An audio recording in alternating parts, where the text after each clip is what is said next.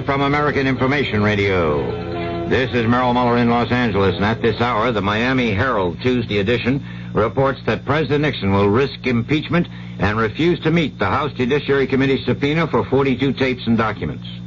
The Miami Herald quotes an unnamed Republican source as saying the president is ignoring the advice of Republican leaders because he's confident of winning a Senate trial. The deadline on the committee's subpoena is Thursday. Meantime, the committee has sent a new message to the White House asking for other information. Chairman Peter Rodino told us in Washington there's even more to come. I can say that it's not unlikely that requests will be going out. I instructed our counsel to specify what those requests are, and those requests would cover the areas that are within the general scope of our inquiry. But Chairman Rodino also emphasized that future requests on the White House will have to be approved by the entire House Judiciary Committee. Democratic governors and congressmen talk of tax cuts. That story coming up. This is Joan Crawford speaking for USO, United Service Organization. Do we, as civilians, know what it's like to be far from home in a foreign land? Listen to this real-life documentary about one of our servicemen over there. Do you speak English? Nein, ich spreche kein Englisch. Excuse me, ma'am. I wonder if you could help me. Nein, es tut mir leid. Excuse me, miss. Can you help me? Leider nicht. Bitte schön. Yes, do you speak English? Nein. Excuse me. Can you help me? Nein.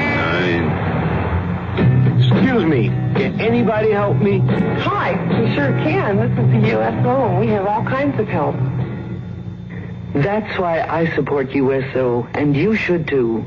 USO makes a man feel closer to home while he's serving his country for you. Isn't money the least you can give? Please support USO.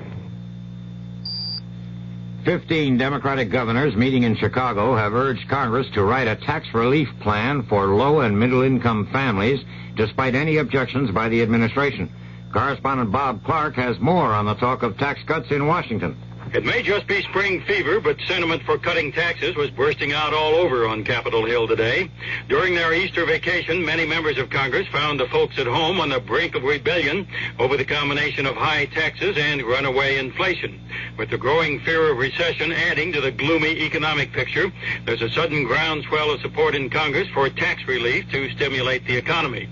The Senate's Democratic leader, Mike Mansfield, says he's all for it. A proposal by Democratic Senators Mondale and Kennedy to raise the personal exemption and thus reduce everybody's income taxes is drawing sudden support from other members of Congress, including some key Republicans. Bob Clark, ABC News, Washington. Veterans Administrator Donald Johnson has announced he will submit his resignation in the near future. Congressional leaders said after a White House meeting today, Johnson had already lost some authority in a department reorganization.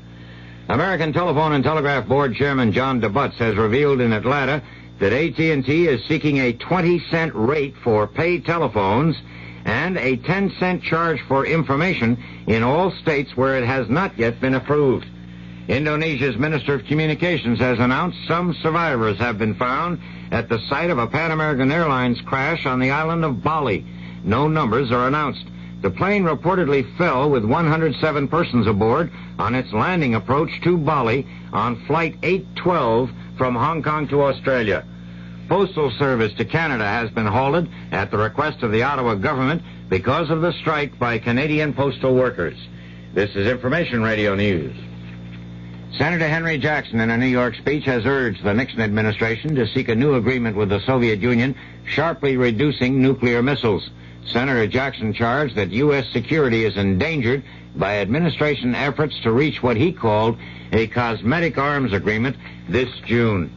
The head of the Petroleum Exporters Association has announced at the United Nations that oil prices will remain fairly stable until October, and then if inflation is worse, oil prices will go up again.